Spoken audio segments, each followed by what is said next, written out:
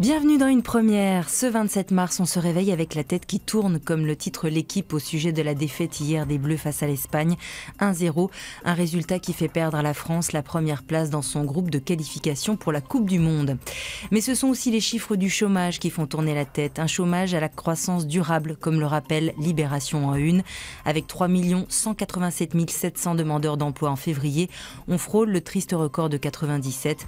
Mais le plus inquiétant pour Libération, c'est l'explosion du chômage de longue durée qui représente 40% de l'ensemble des chômeurs en France. Pour le Parisien, aujourd'hui en France, la cote d'alerte est atteinte notamment au niveau de l'emploi intérimaire qui décroche complètement avec une baisse d'offres de mission qui a parfois chuté de 25 à 30% et celles qui sont proposées sont réduites à quelques jours, voire un seul.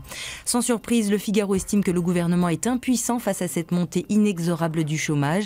Mais ça fait 40 ans que ça dure, comme l'écrit Gaëtan de Capelle dans son édito. Faut-il chambouler tout le modèle social français pour enrayer cette situation? C'est ce que suggère l'éditorialiste. Une idée que ne partagent certainement pas plusieurs élus de gauche. L'Humanité revient sur la mobilisation d'une trentaine de députés qui veulent changer le projet de loi sur la réforme du marché du travail.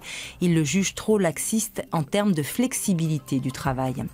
Laxiste, la France ne l'est certainement pas en termes de normes. Les Échos revient sur le rapport remis hier au Premier ministre. Son but, enrayer l'inflation normative qui pollue l'action des collectivités locales et des entreprises, une inflation qui génère 5 à 10 milliards de surcoûts.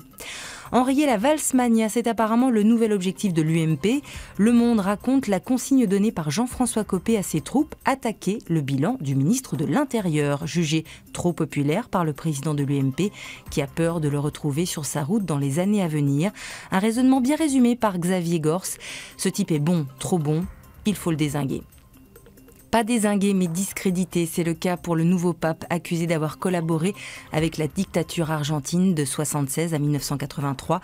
Pour la Croix, c'est un mauvais procès. Pour étayer ses propos, le journal publie l'enquête de son envoyé spécial. Résultat, ces accusations ne tiennent pas. Pour finir, revenons un instant au foot avec la une de Métro qui parle du rendez-vous manqué des Bleus face à l'Espagne. Pour le journal, l'équipe de Didier Deschamps a loupé le coche et devra certainement passer les barrages.